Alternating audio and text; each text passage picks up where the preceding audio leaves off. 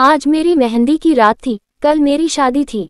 मैं अपने दोस्तों में इस वक्त बैठा उनकी छेड़खानी से और उनके मजाक से लुत्फ उठा रहा था। तभी मेरे नंबर पर मेरी पत्नी का कॉल आ गया। मेरे होठों पर मुस्कुराहट आ गई। मैंने मोबाइल कान के साथ लगाया, साइड जाकर उसे कहने लगा, क्या बात है? एक ही दिन तो रह गया है हमारे शादी में। कल तुम्हें हमेशा के लिए मेरे पास आ जाना है। क्या एक रात की भी दूरी तुमसे बर्दाश्त नहीं हो रही है? उससे बात करते हुए मेरा लहजा गंभीर हो गया था। मेरा अंदाज देखकर वह भी घबरा गई और फिर कहने लगी कि मैं आपसे जरूरी बात करना चाहती हूँ। इसी वजह से मैंने आपको अभी फोन किया है। उसका लहजा ऐसा था कि मैं चौंक गया। उससे कहने लगा कि हाँ बोलो, क्या बात करनी है? तब उसने जो बात मुझसे कही उसे सुनकर मैं हैरान रह गया। इसी वक्त मेरा दोस्त वहां पर मुझे बुलाने के लिए आ गया था और अपने दोस्त के सामने मैं अपनी पत्नी से इस बारे में कोई बात नहीं कर सकता था। फिर मैं अपने दोस्तों में दोबारा से आकर बैठ गया और मोबाइल को मैंने ऑन ऑफ करके अपनी पॉकेट में डाल दिया था। मेरा जहन अभी तक अपनी पत्नी की बात में उलझा हुआ था। उसका ये बात कहने का क्या मकसद था? क्या वह सच था या मजाक कर रही थी? फिर मैंने खुद को ये सोचकर तसल्ली दी कि वह महज वो मुझे तंग कर रही होगी, और यह सोचकर मैंने इस बात को अपने दिमाग से झटक दिया था। और जब रात को सोने के लिए लेटा तो रंगीन हवाओं ने मेरे मन को अपनी आगोश में ले लिया था। मैं पूरी रात हसीन ख्वाबों में खोया रहा और आने वाले वक्त का इंतजार कर रहा था। आज मैं बहुत ही ज्यादा खुश था। आज मेरी मोहब्बत पत्नी के रूप में मेरी जिंदगी में शामिल होने जा रही थी। आज का दिन भी पर लगाकर उड़ गया था। मैं फिर उसे अपने खानदान वालों के साथ जाकर अपनी दुल्हन बनाकर अपने घर में ले आया था। रात के इस वक्त मेरे दिल में अरमान और जज्बात उमड़ कर आ रहे थे। मैं अपने दोस्तों में घिरा बैठा था। मेरे दोस्त मुझे बहुत पसंद थे। मैं उनकी बातों को, उनके मजाक को भी पसंद करता था, मगर इस वक्त उनसे भी दूर भाग रहा था। मैं चाह रहा था कि जल्द से जल्द वहां से चले जाएं। तभी मम्मी वहां पर आ गई और फिर उनकी वजह से मेरी उनसे जान छूट गई थी। जब मैं कमरे में आया तो मेरी पत्नी मेरा ही इंतजार कर रही थी। मेरा दिल भी बुरी तरह से धड़क रहा था। मैंने उसका घूंघट उठाया। उसका चेहरा देखकर मैं कितनी देर तक पलके झुकाए बिना उसे देखता रहा। वह बहुत ही ज्यादा खूबसूरत लग रही थी। कितनी देर तक तो मैं उसकी खूबसूरती में ही खोकर रह गया था। जब मैं अपने मतलब की बात पर आया तब वह हिचकिचाते हुए कहने लगी कि कल आपको मैंने जो बात कही थी वह कबूल है। कितनी देर तक मुझे समझ नहीं आया कि वह किस बारे में बात कर रही है। फिर जब मुझे उसकी बात याद आई कि उसने मुझसे कहा था कि मैं उसका दाएं बाजू कभी भी नहीं देखूंगा, तो ये बात याद आते ही मुझे अजीब सा एहसास हुआ कि वह मेरी पत्नी थी। मुझे उस पर हर तरह का हक बनता था और मैं भला उसे क्यों नहीं देख सकता था? अगर मैं उसे नहीं देखता तो फिर किसे देखता? जब यही बात मैंने उससे कही तो कहने लगी कि आपका मुझ पर हर तरह से हक है। आप सब कुछ देख सकते हैं, कर सकते हैं, लेकिन आप मेरा दाएं बाजू नहीं देख सकते। आज शादी की पहली रात थी और मैं पहले ही रात अपनी पत्नी को नाराज नहीं करना चाहता था। वैसे भी हम दोनों को सारी जिंदगी तो एक साथ ही गुजारनी थी और उसकी यह बात मानने में कोई बुराई भी नहीं थी। उसके बाद मैंने उससे फिर अपना हक वसूल किया और प्यार के मदहोश वादियों में खो गया था। दिन यूं ही बीतते जा रहे थे और अभी तक मैंने अपनी पत्नी का दाएं बाजू नहीं देखा था। कई बार मेरे दिल में ये ख्वाहिश पैदा होने लगती थी कि मैं तो उसे हर तरह से हक रखता हूँ, तो फिर वह मुझे अपना यह बाजू देखने से कैसे रोक सकती है? अब मैं इस बात पर जिद करने लगा, उस पर गुस्सा करने लगा। उस दिन जब मैं ऑफिस में जाने लगा तो मैंने उसे साफ तौर पर यह बात कह दी कि आज जब मैं वापस आऊंगा तो आज ये बहाना नहीं चलेगा। आखिर मैं देखना चाहता हूँ कि तुम मुझे इस चीज से क्यों रोक रही हो। उसका रंग बिल्कुल पीला पड़ गया था और वह ये बात सुनकर ऐसे डर गई थी जैसे न जाने क्या हो रहा है। और शाम को जब मैं घर आया तो मेरी माँ ने मुझे बताया कि मेरी पत्नी घर पर नहीं है। वह कुछ दिन अपने माता पिता के घर में रहने के लिए चली गई है। ये सुनकर मुझे बहुत गुस्सा आया कि वह बिना मुझे बताएं, बिना मुझसे इजाजत लिए वहां पर कैसे जा सकती थी। मैंने फोन किया तो वह कहने लगी कि मेरा दिल घबरा रहा था, इसलिए मैं यहाँ पर चली आई। अब मुझे साफ महसूस हो रहा था कि वह वहां पर इसलिए गई थी क्योंकि आज मैंने उससे साफ तौर पर कह दिया था कि मैं हर हाल में आज उसकी बाजू देखकर रहूंगा। मुझे ऐसे लगने लगा था शायद उसकी बाजू जल चुका था या बहुत बदसूरत था, जिसकी वजह से वह मुझे ऐसा कह रही थी। मुझे लगने लगा था शायद उसके बाजू में कुछ दिक्कत है और उसे इस बात का डर है कि कहीं मैं उसकी बदसूरती देखकर नफरत का इजहार ना करूं। मगर वह पागल यह नहीं समझती थी कि मैं उसे टूटकर मोहब्बत करता था। मैं भला उसे क्यों छोड़ सकता था, उससे कैसे दूर हो सकता था। जिससे मोहब्बत की जाती है उसकी खूबियों और खामियों को भी अपनाया जाता है। ये बात सोचकर मेरे होठों पर मुस्कान आ गई थी। अब मैंने सोचा कि अब जब वह घर पर आएगी तो मैं उसे प्यार से समझा दूंगा कि अगर उसमें कोई कमी है तो भी मुझे इस चीज से कोई दिक्कत नहीं है। और फिर कुछ दिनों तक जब वह यहाँ पर वापस नहीं आई तो अब की बार मैं झंझालाए हुए अंदाज में खुद ही उसके माता पिता के घर चला गया था। जब वहां पहुंचा तो अपनी सास की बात सुनकर मैं हैरान रह गया। वह कहने लगी कि तुम्हारी पत्नी तो थोड़ी ही देर पहले घर से निकली है, अब तो वह घर में पहुंच चुकी होगी। उनकी बात सुनकर थोड़ी देर में वहां पर रुका और फिर वापस आ गया। जब अपनी माँ से मैंने अपनी पत्नी के बारे में पूछा तो कहने लगी कि मैं उसके बारे में कुछ भी नहीं जानती, वह तो अपने माता पिता के घर गई है, तुम वहां से पता करो, हो सकता है वह जानते हो कि वह इस वक्त कहाँ है। अब ये बात सुनकर मेरा मुंह खुला का खुला रह गया था। मेरी पत्नी अपने मायके में भी नहीं थी और जबकि घर पर भी अभी तक नहीं पहुंची थी। उसे तो वहां से निकले हुए काफी देर हो गई थी, उसे अब तक यहाँ पर आ जाना चाहिए था, मगर वह कहाँ थी। मेरे दिल में शक बैठ गया था। अब मैं पूरे घर में इधर उधर फिर रहा था, बार बार मैं उसका नंबर मिला रहा था मगर वह मेरी कॉल नहीं उठा रही थी। ना जाने वह कहाँ थी। थोड़ी देर मुझे गुजरी थी कि अब मैं गाड़ी लेकर घर से निकलने वाला था। जब वह घर में दाखिल हो गई उसे देखकर मैंने अपने चेहरे के एक्सप्रेशन बहुत मुश्किल से नॉर्मल किए थे। फिर उसे पूछने लगा कि तुम कहाँ थी, कहाँ से आ रही हो। मेरा गुस्सा देखकर वह घबरा गई। वह कहने लगी कि उसे दिन मेरा मम्मी से मिलने के लिए दिल चाह रहा था, इसलिए मैं आपसे इजाजत लिए बिना वहां चली गई। जानती हूँ कि आप मुझसे इस बात पर नाराज होंगे, मगर अब मैं वादा करती हूँ आइंदा आपसे पूछे बिना नहीं जाऊंगी। मुझे गुस्सा तो बहुत आ रहा था, मगर मैं ये जानना चाहता था कि वह इस वक्त कहाँ थी। जब यही बात मैंने उससे पूछी तो वह कहने लगी कि मैं अपने माता पिता के घर से आ रही हूँ, मैं और कहाँ जाऊंगी। ये कहकर वह तो कमरे में चली गई थी, मगर मैं वहीं पर हैरत का बुत बना खड़ा रह गया था। आखिर मेरी पत्नी कहाँ गई थी और वह इतनी देर कहाँ रह कर आई। मेरे दिल में अजीबोगरीब शक पैदा हो रहे थे। मैं जानता था कि वह बहुत अच्छी थी और वह मुझे कभी धोखा देने के बारे में सोच भी नहीं सकती थी, मगर जब उसने मुझसे ये झूठ बोला तो मुझे ये बात बिल्कुल भी बर्दाश्त नहीं हो रही थी। अब मैंने उसकी रूटीन पर नज़र रखनी शुरू कर दिया था। वह कहाँ जाती है, किस बात करती है। मैंने उसका मोबाइल भी चेक करना शुरू कर दिया था, मगर मुझे कहीं भी कोई ऐसी बात नहीं मिल रही थी जिसके बिना मैं उसे गुस्सा करता, उस पर शक करता। आहिस्ता आहिस्ता मैं इस बात को भूलने लगा था।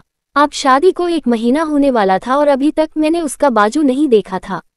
इस बात पर मुझे बहुत ही ज्यादा झिझक होती थी। मैंने उसे प्यार से हर तरह से समझा कर देख लिया।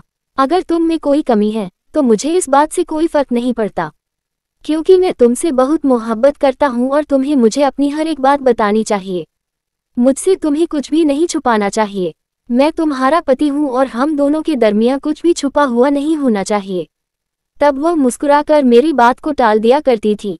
अब तो मैं जिद में आ गया था। उस दिन जब मैंने अपनी बीवी के साथ जबरदस्ती करने की कोशिश की तो उसने शोर मचाना शुरू कर दिया। वह इस कदर दहाड़े मार मार कर रो रही थी जैसे मैं उस पर न जाने क्या जुर्म कर रहा हूँ। मैंने उसे चुप करवाने की बहुत कोशिश की, मगर जितना मैं उसे चुप करवा रहा था वह उतना ही ज्यादा चिल्ला चिल्ला कर रो रही थी। ये आवाज़ें सुनकर मेरी माँ भी हमारे कमरे में आ गई और जब उन्होंने मेरी पत्नी को यूं रोते चिल्लाते देखा तो उन्होंने मेरी पत्नी को खुद के साथ ले लिया और मुझे गुस्से से घूरते हुए कमरे से बाहर चली गई थी। मुझे अपनी माँ पर हैरानगी हो रही थी। उन्होंने मुझसे एक बार भी नहीं पूछा कि क्या मामला है, तुम दोनों को क्या हुआ है, क्यों तुम इस कदर रो रही हो। मगर वह बिना कुछ कहे मुझे गलत समझते हुए मेरी पत्नी को लेकर अपने कमरे में चले गए। मुझे पूरी रात गुस्से के मारे नींद नहीं आई थी और फिर सुबह अपने ऑफिस में चला गया था। मैं ऑफिस में ही था जब मुझे मेरी पत्नी ने कॉल की। वो अपनी रात वाली बात पर शर्मिंदा थी और मैं फिर ना चाहते हुए भी अपनी मोहब्बत के हाथों मजबूर होकर उसकी हरकत को माफ कर गया था और फिर मैंने दोबारा उसके साथ जबरदस्ती करने की कोशिश नहीं की थी। मगर मेरे दिमाग और दिल में यह बात बैठ गई थी कि कुछ ना कुछ तो ऐसा है जो मेरी नज़रों से ओझल है। जो मेरी पत्नी मुझसे छुपा रही है। मुझे उसकी बेवकूफ़ी पर तरस आ रहा था। वह अपनी जिद की वजह से अपने पति को खुद से दूर कर रही थी। ये बात ऐसी थी कि मैं किसी को कुछ बता भी नहीं सकता था। वैसे भी वो मेरे सारे हक और ज़रूरत को पूरा करती थी। मुझे उसे किसी किस्म का कोई शिकवा भी नहीं था, मगर उसकी यह बात अपने पूरे वजूद पर रसाई न देना मुझे अंदर ही अंदर आग लगा रही थी। उसके बाद 2 से 3 बार फिर से ऐसा ही हुआ था। मेरी पत्नी बिना बताए गायब हो जाती थी और जब मैं उसे इस बारे में पूछता तो वह बात बदल लिया करती। और मैं इस सारे हरकतों से बहुत परेशान था। मैं उस पर शक नहीं करना चाहता था, मगर जिस तरह की वह हरकतें करती थी मैं उस पर शक करने के लिए मजबूर हो जाता था। इन्हीं दिनों उसकी तबीयत भी खराब रहने लगी थी। चेहरे का रंग हर वक्त जर्द सा रहता था, आंखें अंदर को धंसती जा रही थी। वह अपने खाने पीने का भी ध्यान नहीं रखती थी। उसकी हालत देखकर मेरी माँ मुझ पर बहुत गुस्सा करती थी। वह मुझे कहती कि तुम अपनी पत्नी का ख्याल नहीं रखते, इसकी खुराक का ख्याल रखा करो, इसे खुश रखा करो। मैं तो अपनी तरफ से पूरी कोशिश करता था, मगर न जाने क्या वजह थी कि दिन ब दिन वह कमजोर होती जा रही थी। इस वजह से तो मैं भी परेशान था। उस दिन रात को हम सब खाना खा रहे थे जब अचानक से मेरी पत्नी की तबीयत खराब होने लगी। उसे उल्टियां होने लगी थी। वह अपने कमरे में चली गई तो मेरी माँ मुस्कुराकर मुझे कहने लगी कि लगता है कि तुम्हारी बीवी को गुड न्यूज़ देने वाली है। यकीनन तुम लोग माँ बाप बनने वाले हो। अपनी माँ की बात सुनकर मैं शर्मा गया था और खुशी से मेरे वजूद में जैसे नई जिंदगी की लहर दौड़ गई थी। मगर मेरी पत्नी की हालत ऐसी थी कि वह न कुछ बोल रही थी, न इस मामले पर खुशी का इजहार कर रही थी, बल्कि उसकी आंखें तो जैसे किसी अजीब ही अनहोनी पर टिकी हुई थी। और मेरे कहने पर वह चौंक जाती, जैसे अपनी किसी गहरी सोच में गुम हो। और मैं उसे देखकर परेशान हो रहा था कि न जाने क्या वजह है। अगर उसे किसी बात की कोई परेशानी है तो मुझे बता सकती थी। मुझे अफसोस होता था कि मैं उसका पति हूं और वह मुझसे ही इस कदर अनजान और अजनबी है, जैसे हम दोनों का आपस में कोई ताल्लुक ही ना हो। उसकी हालत देखकर मेरी माँ मुझे कहने लगी कि तुम इसे डॉक्टर के पास लेकर जाओ, इसका चेकअप करवाओ और इसकी खुराक का ख्याल रखो, इसे खुश रखने की कोशिश करो। मुझे लगता है कि तुम इसका ख्याल नहीं रखते। और जब मैंने अपनी पत्नी को डॉक्टर के पास चलने की बात की तो वह यूं सुनकर डर गई जैसे उसे बिच्छू ने डंक मार दिया हो। और ये देखकर मैं परेशान हो गया। आखिर वह डॉक्टर के पास जाने से इतना घबराती क्यों थी। तब वह मुझे कहने लगी कि मैं खुद ही डॉक्टर के पास चली जाऊंगी, आप फिक्र मत करें, आप अपने काम पर ध्यान दें, मैं अपना ख्याल रख लूंगी। ये बात उसने मुस्कुराते हुए अंदाज में कह रही थी, मगर मैं सख्त परेशान था कि आखिर ऐसी कौन सी बात है जो मुझसे छुपा रही है। आखिर क्यों छुपा रही है। मैं तो उसे कभी कोई बात नहीं छुपाता था। फिर वह अपने कहे के मुताबिक खुद ही डॉक्टर के पास गई और फिर वहां से दवा लेकर आई थी। कुछ दिन तक मैं इस मामले में कुछ भी नहीं बोला। जानता था कि वह फिर से यही बात बोलेगी कि मैं अपना ख्याल खुद रख सकती हूँ, आप परेशान ना हो। उस दिन उसकी तबीयत बहुत ज्यादा खराब थी। कमजोरी की वजह से उसे चक्कर आ रहे थे और वह बेहोश होकर बिस्तर पर गिर गई थी। तभी फिर मैं उसे उठाकर डॉक्टर के पास लेकर आया। डॉक्टर ने इसका चेकअप किया। इस वक्त मेरी पत्नी होशो हवास से बेजान थी। डॉक्टर भी उसकी हालत देखकर घबरा गए और कहने लगे कि यह इस कदर कमजोर है, लगता है कि अपना बिल्कुल भी ध्यान नहीं रखती है। अब मैं डॉक्टर की बात का क्या जवाब देता।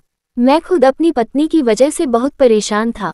तभी मेरा ध्यान अपनी पत्नी के बाजू की तरफ गया और इस वक्त डॉक्टर और नर्स भी कमरे में मौजूद नहीं थे। जैसे ही मैंने अपनी पत्नी के बाजू से कपड़ा हटाया तो उसके बाजू को देखकर मैं बुरी तरह से चौंक गया था, क्योंकि उसके बाजू पर मेरा नाम राजेश है और मेरा शुमार हैंडसम लड़कों में होता था। लड़कियां मेरे पीछे पागलों की तरह घूमती थी और मैं भी उनकी दीवानगी से बहुत ही ज्यादा फायदा उठाता था। मेरी बहुत सी गर्लफ्रेंड थी और मैं उनसे छुपकर मुलाकातें भी करता था। मैं बहुत रंगीन मिजाज शख्स था और जिंदगी से भरपूर फायदा भी उठाता था।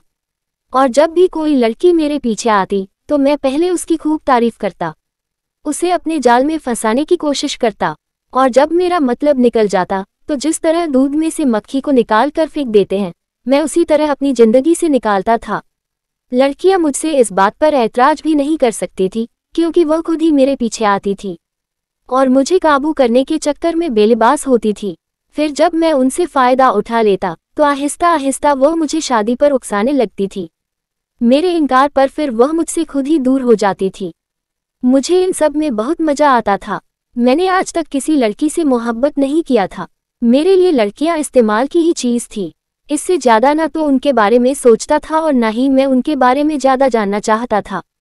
मैंने फिर अपने पापा का बिजनेस संभाल लिया और अब मैं प्रैक्टिकल लाइफ में आ गया था। अभी भी मेरी जिंदगी वैसे ही गुजरती जा रही थी।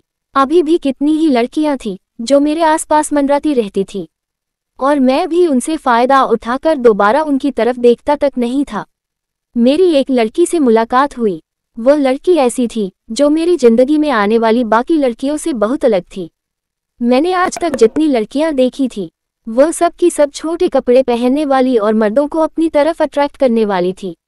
मगर ये लड़की सबसे अलग थी।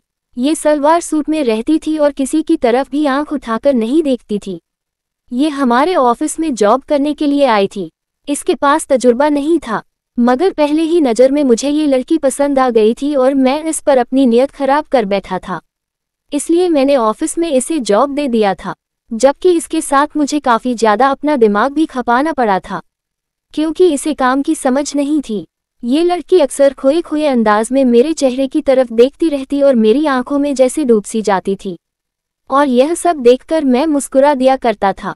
मैं भी यही चाहता था कि वह बाकी लड़कियों की तरह खुद ही मेरी तरफ बढ़े और मुझसे अपनी मोहब्बत का इजहार करे, मगर वह मुझे पसंद करने के बावजूद भी अभी तक अपनी मोहब्बत का इजहार नहीं कर पाई थी। मैं जानता था कि वह कब तक अपने दिल को इस सब से रोक पाएगी। एक न एक दिन उसे मुझे ये बताना ही पड़ेगा कि मेरे लिए उसके दिल में क्या है, और मैं उस दिन का इंतजार कर रहा था। उसे मेरे पास जॉब करते हुए 2 महीने का टाइम गुजर गया था। मैं उसके साथ बहुत ही नरमी से बात करता था, उसे प्यार से समझाया करता। मैं जानता था कि वह इस सब की आदी हो जाएगी और खुद ही वह मेरी तरफ बढ़ेगी, मगर ऐसा नहीं हुआ। उसने ना तो मुझे अपनी पसंदगी का इजहार किया था और ना ही अपना मेरे सामने पेश किया था। मैं हैरान परेशान था कि वह कैसी लड़की थी। वह बाकी लड़कियों से इस कदर अलग क्यों थी? वह क्यों अपना दिल हाथ पर रखकर नहीं फिरती थी? मैं जितना हैंडसम था, जितना अमीर था और जितना उससे प्यार से बात करता था, उसे तो अब तक मेरे बिस्तर की रानी बन जाना चाहिए था। मुझे अपनी तरफ लाने के लिए औरत जात के मुकाम से गिर जाना चाहिए था, मगर ऐसा नहीं हुआ। वह बहादुर अंदाज में ऑफिस में आती। अब तक वह सलवार सूट में ही होती थी और अब मैं उसको देखने के लिए बेचैन हो रहा था। मैं चाहता था कि कब मैं उसे हासिल करूं और उससे फ़ायदा उठाऊं। अब जब मैंने देखा कि मैं उसे इस तरह से हासिल नहीं कर पा रहा था और घर में मेरी माँ भी मेरी शादी करने पर जोर दे रही थी, तभी मुझे उस लड़की का ख्याल आया और मैं ये सोचने पर मजबूर हो गया कि वह लड़की तो बहुत अच्छी थी और मुझे वह बहुत ज़्यादा पसंद भी थी। शादी तो मुझे करनी ही है, तो क्यों ना मैं उस लड़की से कर लूं। ये सोचकर मैं खुश हो गया और जब अगले दिन मैंने उसे प्रपोज किया तो मेरी हैरत की इंतहा नहीं रही। उसने मुझे सोचने का समय मांग लिया था। मैं हैरान था कि मुझ जैसे इंसान को कोई लड़की ऐसा कैसे कह सकती थी, मगर फिर यह सोचकर संभल गया कि हो सकता है उसे अपने घर वालों से बात करनी हो और उनसे बात करने के बाद उसे मुझे जवाब देना हो। एक दिन जब मैंने खुद ही इस बारे में पूछा तो वह हिचकिचाते हुए मुझसे कहने लगी कि आप मुझे बहुत पसंद है और मैं आपसे बहुत मोहब्बत करती हूँ, मगर मैं आपसे शादी नहीं कर सकती। उसकी बात सुनकर मेरा मुंह खुला का खुला रह गया था। वह मुझे शादी करने से इनकार कर रही थी। मेरे जैसा मर्द जो अगर किसी लड़की को गर्लफ्रेंड बना लेता था तो इस बात पर भी फक्र महसूस करते थे, और मैं उसे लड़की को अपनी पत्नी बनाने की बात कर रहा था और वह मुझे इनकार कर रही थी। अब मुझे उस पर बहुत गुस्सा आया और जब मैं उससे यह बात कही कि तुम मुझे शादी से इनकार क्यों कर रही हो, जानती हो तुम क्या कह रही हो? लड़कियां तो मेरे मुंह से यह बात सुनने के लिए तरस रही होती है, और जब मैं तुमसे यह बात कह रहा हूं और तुम मुझे इनकार कर रही हो, तब वह सर झुका कर रह गई थी। फिर कहने लगी कि मेरी कुछ मजबूरियां हैं, मैं इस वजह से आपसे शादी नहीं कर सकती। मगर अब मैं भी जिद पर आ गया था और मैंने उसे साफ तौर पर कह दिया, शादी करूंगा तो मैं तुमसे ही करूंगा। फिर आहिस्ता आहिस्ता वह मेरी मोहब्बत में पागल होने लगी थी। एक दिन उसने शादी के लिए हाँ कर दी थी। अब मेरे लिए उसके बिना रहना नामुमकिन था। तभी मैंने घर वालों से कह दिया कि मेरी जल्द से जल्द शादी की तैयारी करें, मगर उसकी यह बात कि मैं उसका बाजू नहीं देख सकता, ये बात मुझे बहुत ज़्यादा हैरान करती थी कि आखिर इसमें ऐसा क्या राज है जो मुझसे छुपा रही है। मैं ये समझता था कि शायद उसमें ऐसा कोई नुकसान हो जो वह नहीं चाहती थी कि मैं उसके बारे में देखूं। अब जब मैंने उसके बाजू से कपड़ा हटाकर देखा तो उसके बाजू पर काले काले निशान बने हुए थे, जो कि गोल दायरे में फैले हुए थे। ये देखकर मैं डर गया और तभी जब डॉक्टर को मैंने कमरे में बुलाया और उनसे इन दागों के बारे में पूछा तो उसका मुंह भी खुला का खुला रह गया था। वह काफी देर तक गुमसुम रहे और फिर मुझे कहने लगे कि मैं जब तक इसके बारे में पूरी तौर पर चेकअप ना कर लूं, मैं आपको तब तक कुछ नहीं बता सकती। उसे मुझसे मेरी पत्नी की तबीयत के बारे में पूछा। मैंने उसे हर एक बात बताई। वह कहने लगी कि आपकी पत्नी गर्भवती है, इसके साथ ही और कोई दिक्कत है और जब तक मैं पूरी तौर पर पता ना कर लूं, मैं आपको इस बारे में कुछ भी नहीं कह सकती। हो सकता है ये मेरा वहम हो और आपकी परेशानी उठानी पड़े। मैंने डॉक्टर से बहुत पूछा मगर उसने मुझे नहीं बताया और फिर मुझे कहने लगे कि आपको जब मैं कॉल करूं तब अपनी बीवी की रिपोर्ट लेने के लिए आ जाना है। उसके बाद मैं हक्का बक्का रह गया था। आखिर ऐसा क्या था जिसकी वजह से डॉक्टर परेशान हो गए थे? मुझे भी ऐसा लगने लगा था कि कोई खास बात है जिसको सुनकर मुझे गहरा सदमा लगने का अंदेशा है। तब मेरी पत्नी कुछ नहीं बता रही थी। जब मैं उसके बाजू पर यह काले निशान देखे तो मुझे समझ नहीं आ रहा था कि यह सब क्या है। थोड़ी देर के बाद मेरी पत्नी को होश आ गया था और फिर मैं उसे लेकर घर आ गया। घर आने के बाद मैंने उसके साथ कुछ नहीं कहा। वह बहुत परेशान थी, उसकी हर दशा में हलचल थी, पहले से भी ज्यादा कमजोर हो गई थी। मैं काम पर था जब माँ ने मुझे कॉल किया और कहने लगी कि तुम्हारी पत्नी को पता नहीं क्या हो गया है, वह बेहोश हो गई है। मैं तुरंत घर आ गया। मैं घर आया तो मेरी पत्नी अभी भी मुझसे नाराज थी। मुझे देखकर उसने अपने चेहरे का रुख बदल लिया था और अब वह मेरी शक्ल तक देखने की राजी नहीं थी। मैं उसके पास जाकर बैठ गया और उसके चेहरे की तरफ देखकर मैं फूट फूट कर रो पड़ा। तुमने मुझसे इतनी बड़ी बात क्यों छुपाई? तुमने मुझे सच क्यों नहीं बताया कि तुम्हें ब्लड कैंसर है और वह भी आखिरी स्टेज पर? मेरे मुंह से यह बात सुनकर वह बेयकीनी और फटी निगाहों से मुझे देखने लगी। काफी देर के बाद उसके मुंह से आवाज निकली, तुमको ये सब कैसे पता चला? तब मैंने उसे सारी बात बताई तो वह गुमसुम हो गई और गहरी सांस लेकर कहने लगी, मैं भी इस बारे में बेखबर थी। कुछ समय पहले मेरी अचानक से तबीयत खराब हो गई थी। मैं इस बात को नजरअंदाज करती रही, मगर फिर जब मेरी तबीयत ज्यादा खराब रहने लगी तो तब मैं डॉक्टर के पास गई और डॉक्टर ने मुझ पर इस बात का इनकार साफ किया था। आप जानते हैं कि दुनिया में मेरी माँ और छोटी बहन के अलावा कोई भी नहीं है, इसीलिए मैंने उन्हें ये बात नहीं बताई थी। मैं उन्हें परेशान नहीं करना चाहती थी। अपना इलाज करवाने की मैं बहुत कोशिश की, मगर डॉक्टर का कहना था कि मेरा बीमारी अब लास्ट स्टेज पर है, अब इसका कोई भी हल मुमकिन नहीं है। तब मैं बहुत रोई थी, बहुत चिल्लाई थी और तब मेरे नज़रों के सामने आपका चेहरा घूम गया था। मैं आपको बहुत पसंद करती थी। आपके साथ जिंदगी गुजारना मेरा वह ख्वाब था जो आपको देखते ही मेरी आंखों में आकर सज गया था। मगर मैं जानती थी कि मैं चंद दिनों की मेहमान हूँ। मेरी जिंदगी कितनी है यह कोई भी मुझे नहीं बता सकता था। और जब आपने मुझसे शादी की ऑफर की तो मैं इसी वजह से आपको इनकार कर दिया था कि मैं इस बीमारी की वजह से आपकी जिंदगी बर्बाद नहीं करना चाहती थी। मगर जब आपने मुझे बार बार मनाना शुरू कर दिया तब मैंने सोचा कि मैं भी आपसे मोहब्बत करती हूँ और आपके बिना रहना मेरे लिए भी मुमकिन नहीं है। तब मैं खुदगर्ज बन गई थी। मैंने सिर्फ अपनी खुशी के बारे में सोचा था कि जितनी भी मेरी जिंदगी है मैं अपने महबूब शख्स की संगत में गुजार लूं। शायद इस तरह से खुशी की बदौलत मेरी जिंदगी भर जाए, मगर ऐसा नहीं हुआ। अब मेरी तबीयत पहले से भी ज्यादा खराब रहने लगी है। ये बीमारी मेरे बाजू पर जाहिर हो गई थी, इसलिए मैं आपसे छुपा रही थी और अब तो मेरे वजूद में एक नई जिंदगी भी पल रही है। डॉक्टर का कहना है कि मुझे इतनी जल्दी अब बच्चे को जन्म नहीं देना चाहिए था, क्योंकि इस तरह से मेरी अपनी जिंदगी के चांसेस और कम हो गए हैं। इतना कहकर वह फूट फूट कर रो पड़ी थी और मेरी आंखों से भी आंसू बह रहे थे। मैं उसका इलाज करवाने के लिए किसी भी हद तक जा सकता था, पानी की तरह पैसा बह सकता था और फिर मैंने ऐसा किया भी। मैं बहुत सारी जगह पर गया, बड़े से बड़े डॉक्टर से बात की, मगर हर तरफ से मुझे मायूसी का सामना करना पड़ा। कोई भी मेरी पत्नी का इलाज करने के लिए तैयार नहीं था। सबका कहना था कि यह बीमारी आखिरी स्टेज पर है और इसका कोई हल नहीं है। मैं थके हारे कदमों से घर वापस लौट आया था और अब पल पल जी रहा था, पल पल मर रहा था। अपने सारे गुनाह मेरी आंखों के सामने घूम रहे थे। शादी मेरी गुनाहों की सजा ही ठीक है। मैं जिस लड़की से सबसे ज्यादा मोहब्बत करता था, उस लड़की को मैंने हासिल भी कर लिया था, मगर मैं उसके साथ ज्यादा वक्त नहीं गुजार सकता था, और इससे बढ़कर मेरे लिए और क्या सजा हो सकती थी। फिर एक दिन मेरी पत्नी ने एक बेटी को जन्म दिया था। उस दिन उसकी तबीयत बहुत ही ज्यादा बिगड़ गई थी। किसी तरह से भी उसकी तबीयत संभालने में नहीं आ रही थी, और फिर जिंदगी और मौत के दरमियान जंग लड़ते हुए वह जिंदगी की बाजी हार गई थी। मुझे और अपने बेटी को अकेला छोड़कर चली गई थी। तब मैं फूट फूट कर रोया था। कितने दिनों तक मैंने अपनी बेटी की शक्ल भी नहीं देखी थी। और फिर एक दिन माँ ने मेरी बेटी को मेरे गोद में रख दिया और मुझे कहने लगी कि इसका क्या कसूर है। पैदा होते ही इसकी माँ इससे छीन गई और बाप होते हुए भी इसका चेहरा नहीं देख रहा।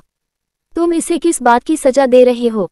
तब मैंने अपनी बेटी को खुद के साथ लगाकर बहुत ज्यादा रोया था, और अब मैंने सोच लिया था कि मैं अपनी सारी जिंदगी अपनी पत्नी की यादों में बिता दूंगा और कभी भी दूसरी शादी नहीं करूंगा। मैंने अपनी बेटी को अच्छे संस्कार देने की हर मुमकिन कोशिश की थी और सभी कहते थे कि मेरी बेटी बहुत अच्छे संस्कार की मालिक है।